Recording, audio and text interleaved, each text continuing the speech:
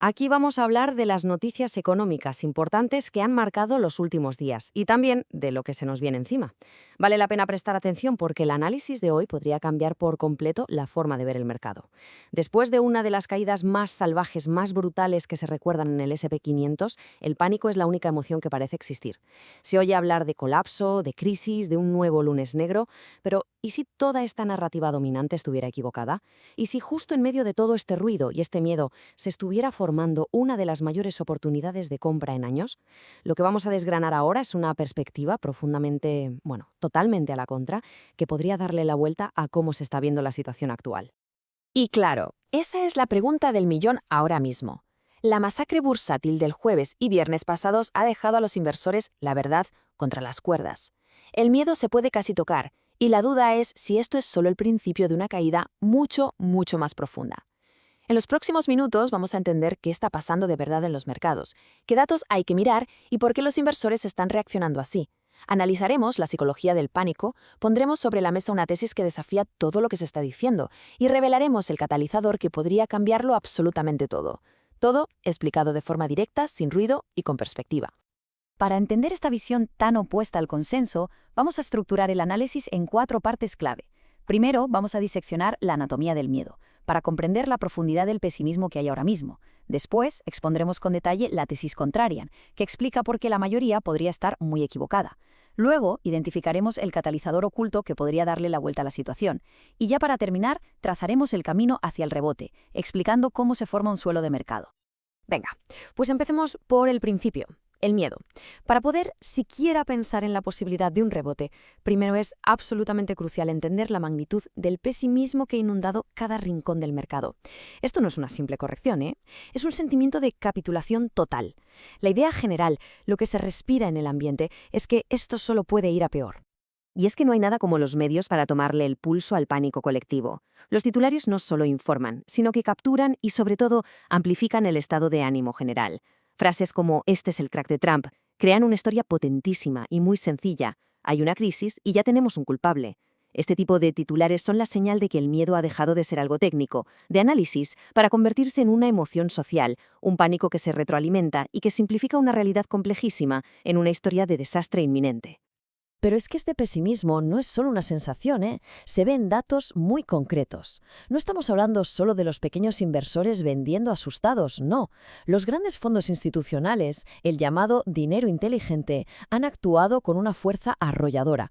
Han vendido masivamente, han abierto posiciones cortas, que es básicamente apostar a que el mercado va a seguir cayendo, y la demanda de opciones put, que son como un seguro contra las caídas, se ha disparado a niveles de crisis total. Y atentos a este último dato porque es demoledor, que menos del 10% de las empresas del S&P 500 coticen por encima de su media de 200 días es una prueba técnica brutal. Cuando más del 90% del mercado está por debajo de su tendencia a largo plazo, significa que la venta ha sido indiscriminada. Se ha llevado por delante lo bueno y lo malo. En resumen, que todo el mundo ya ha vendido.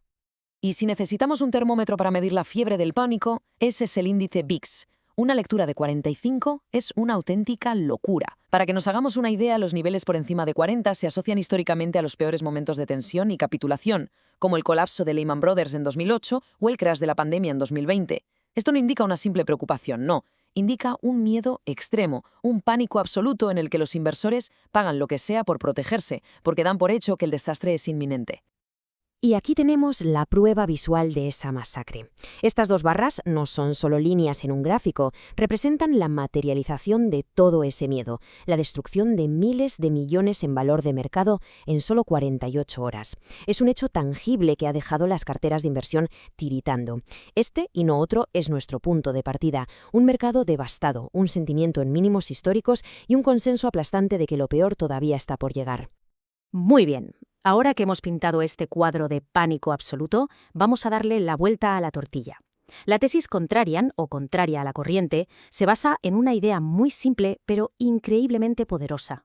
Cuando absolutamente todo el mundo espera lo peor, cuando cada noticia es negativa y cada inversor ya ha vendido, a menudo es porque lo peor ya ha pasado, o como mínimo ya está reflejado en el precio. El máximo pesimismo puede ser paradójicamente el mejor indicador de compra. Esta cita del primer libro que se escribió sobre la bolsa, Confusión de confusiones, es más relevante hoy que nunca. Nos recuerda que, por muchos algoritmos y análisis que haya, el mercado sigue siendo un campo de batalla de emociones humanas, el miedo y la codicia. Y ahora mismo, la emoción que domina es sin duda el miedo. La clave, según esta visión, no es analizar más datos económicos, que ya sabemos que son malos, sino entender la psicología de la masa y saber cuándo ha llegado a un punto extremo, a un punto insostenible.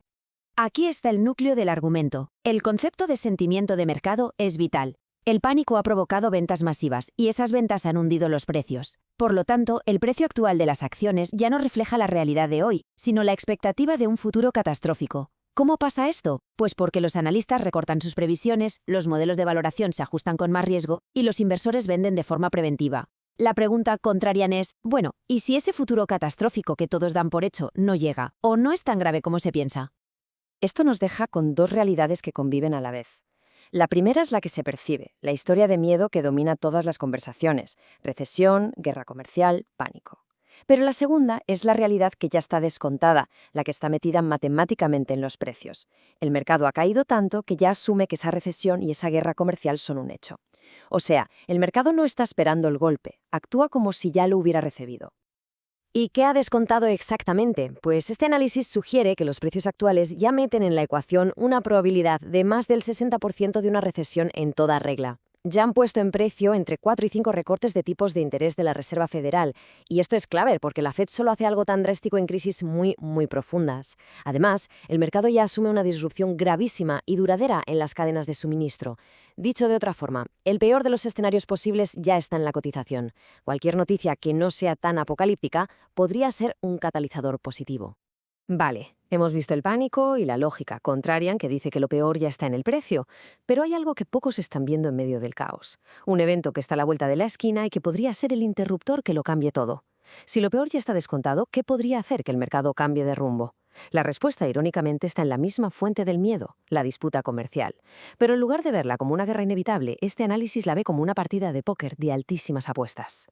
Y esa partida de póker tiene fechas clave marcadas en rojo en el calendario, el 9 y el 10 de abril. Estas reuniones son el punto de inflexión potencial. El mercado está tan posicionado para el desastre que cualquier titular que apunte a una desescalada, a un simple diálogo constructivo, podría desmontar por completo la narrativa del pánico y provocar un rebote violentísimo, obligando a todos los que apostaron a la baja a cerrar sus posiciones a toda prisa.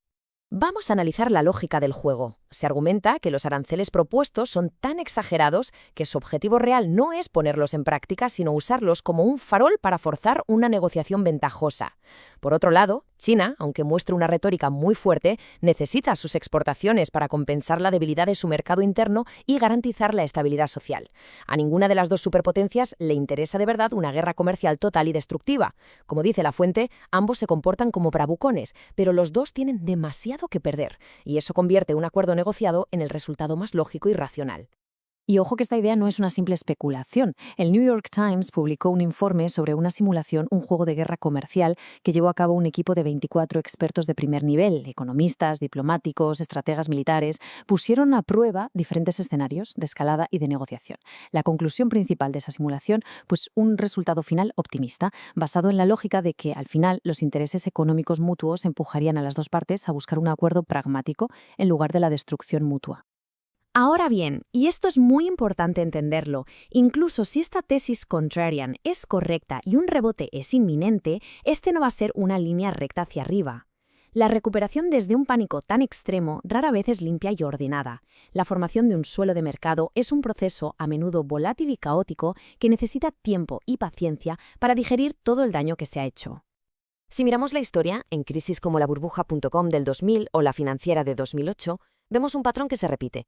Primero, suele haber un rebote inicial muy fuerte, muy violento, que se impulsa por el alivio de que lo peor ha pasado y por el cierre de las posiciones cortas. Pero la desconfianza sigue ahí, y el mercado suele volver a caer para testear ese mínimo anterior, como para asegurarse de que el suelo es firme.